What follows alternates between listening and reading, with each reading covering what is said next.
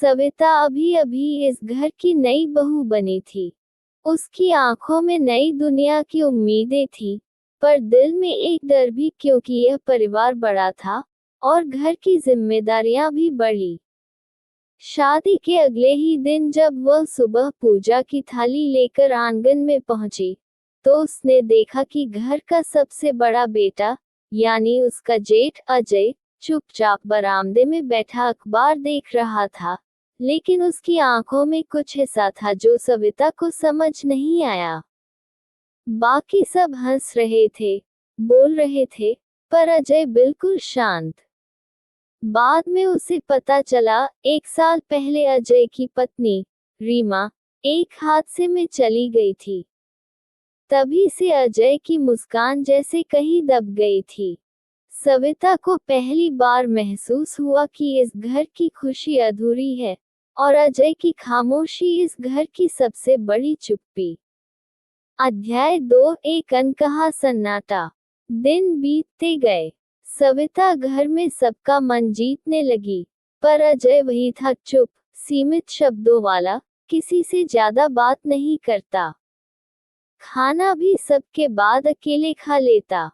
एक रात सविता ने देखा कि वह बरामदे में बैठा रीमा की पुरानी डायरी थामे रो रहा है, लेकिन आंसू पोंछकर उठ गया। सविता को अजीब महसूस हुआ, क्यों इतने बड़े दुख को अकेले सह रहा है। उसे लगा जैसे इस घर का बड़ा बेटा ही इस घर का सबसे अकेला इंसान था। सविता उसकी दूरी को समझ रही थी, पर वह चाहकर भी कुछ बोल नहीं सकती थी। संस्कार उसे रोक देते थे कि वह अपने जेठ की निजी बातों में कुछ कहे। बस मन ही मन उसके दुख को महसूस करती रही। अध्याय 3। बारिश की वह दोपहर। एक दिन तेज बारिश हुई। बाकी घर वाले मंदिर गए थे, सिर्फ अजय और सविता घर पर थे। अचानक बिजली चली गई। सविता रसोई में थी जब आंगन में रखी सूखती हल्दी मेथी की बोरी गिरने लगी। अजय दौड़कर उसे बचाने लगा और फिसल गया। सविता भी उसे संभालने के लिए दौड़ी और दोनों भीग गए। अजय पहली बार थोड़ा हंसा, हल्की सी मुस्कान। उस मुस्कान में वर्षों का दर्द था, लेकिन एक चमक भी थी, जैसे पहली बार किसी ने उसकी उदासी को छुआ हो।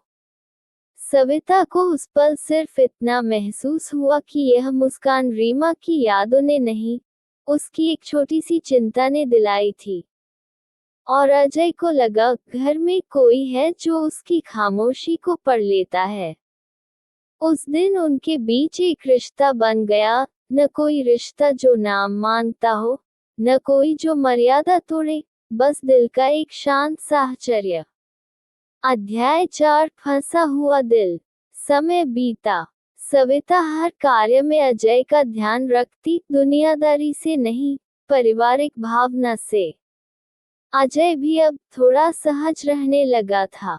वह सविता से किसी छोटी बहन की तरह पेश आता, पर उसके मन में एक अजीब सी कश्मकश भी थी, क्योंकि सविता की कोमलता उसे रीमा की याद दिला देती थी। सविता भी कई बार उसके दर्द से विचलित हो जाती, पर वह जानती थी कि उसकी जगह सिर्फ जेठानी की थी, उससे ज्यादा कुछ नहीं। पर भावनाएं कई बार रिश्तों को शब्दों से परे ले जाती हैं।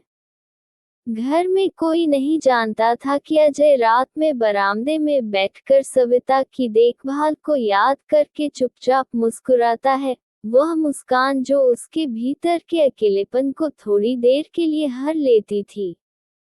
पर उसी साथ साथ उसे डर भी लगता, ये भावनाएं कहीं गलत दिशा में न चली जाएं। अध्याय 5। घर की दीवारें भी रो पड़ी थीं। एक शाम घर में बड़ी गलतफहमी हो गई।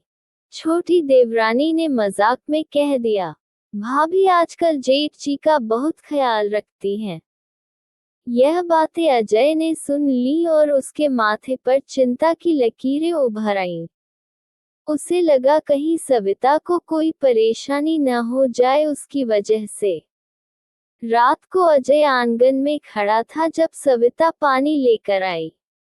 अजय ने कहा, सविता, अगर मेरे कारण तुम्हें कोई कुछ कहे तो तुम दूर रहना चाहो तो। सविता चौंक गई। पहली बार उसने अजय की आंखों में वह दर्द देखा जो वह किसी को नहीं दिखाता था। उसकी आवाज कांप गई। जी जी, आप दूर रहेंगे तो ये घर अधूरा लगेगा, आप भी इस घर के हिस्से हैं। उस पल अजय की आंखों से आंसू गिर पड़े। सालों बाद पहली बार सविता ने झुककर उसके पैरों के पास पानी का गिलास रख दिया। दोनों चुप थे, पर उन दोनों के चुप रहने में इतनी करुणा थी कि घर की पुरानी दीवारें भी जैसे नम हो गई हों। ये पल कोई गलत भावना नहीं था, यह एक टूटते हुए दिल को किसी पारिवारिक स्पर्श के सहारे का एहसास था। अध्याय 6, रिश्ता जो मर्यादा में खिल उठा। अजय ने धीरे धीरे फिर से जीवन को अपनाना शुरू किया। उसने दुकान संभालना शुरू किया, लोगों से बात करनी शुरू की। सविता का योगदान सिर्फ इतना था कि उसने उसकी आत्मा से सारी धूल झाड़ दी, वही धूल जो दुखों ने जमा दी थी। पूरे घर को अब महसूस होता था कि अजय वापस लौट रहा है। सविता ने न कभी हद पार की, न कभी कोई अनुचित भावना पैदा होने दी। अजय ने भी उसे हमेशा सम्मान दिया, उसे अपनी भाई की पत्नी ही नहीं, घर की लक्ष्मी माना। लेकिन उनके बीच वो भाई बड़ी बहन जैसा भाव जरूर बन गया, जहां कोई शब्द नहीं थे, सिर्फ भरोसा था। अंत जीवन की नई सुबह। एक दिन अजय ने परिवार की सलाह पर दूसरी शादी करने का निर्णय लिया। सविता ने मन ही मन दुआ दी, और जब शादी की बारात घर के आंगन में पहुंची, तो सबसे ज्यादा खुशी सविता की आंखों में थी।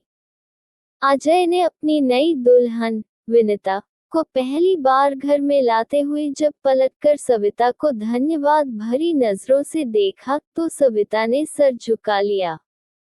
उस नजर में एक ही बात थी, तुमने मुझे फिर से जीना सिखाया। उस दिन सविता ने महसूस किया कि रिश्ते खून से नहीं, आत्मा से बनते हैं। और एक बहू और जेठ का रिश्ता अगर मर्यादा में रहे, तो घर को बिखरने से बचा सकता है। नई सुबह आई, और इस घर में अब हर ओर उजाला था, क्योंकि दो दिलों ने अपने दुखों को चुपचाप थामकर रिश्तों की असली गरिमा को बचाए रखा था। अगर आप कहें तो मैं अगली दूसरी कहानी भी इसी तरह अध्यायों में 1001-500 शब्दों में शुरू कर दूं। बस लिखें, दूसरी कहानी शुरू करो।